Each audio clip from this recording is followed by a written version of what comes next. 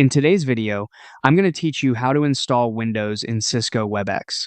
To get started, open any web browser on your computer and search for Webex. This is the quickest way to find the official download page, especially if you do not already have the website bookmarked.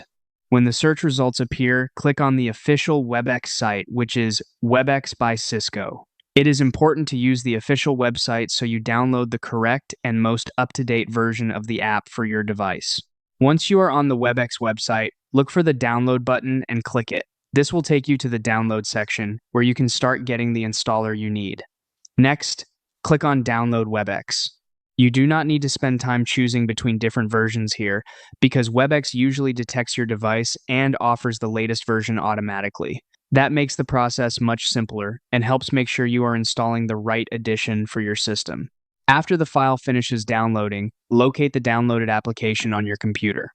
In most cases, you can find it in your Downloads folder or directly from your browser's download bar or download history.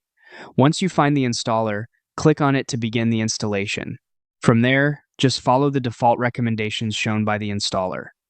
For most users, the default options are the best choice because they are designed to provide a standard and reliable setup. Simply continue through the prompts until the installation is complete.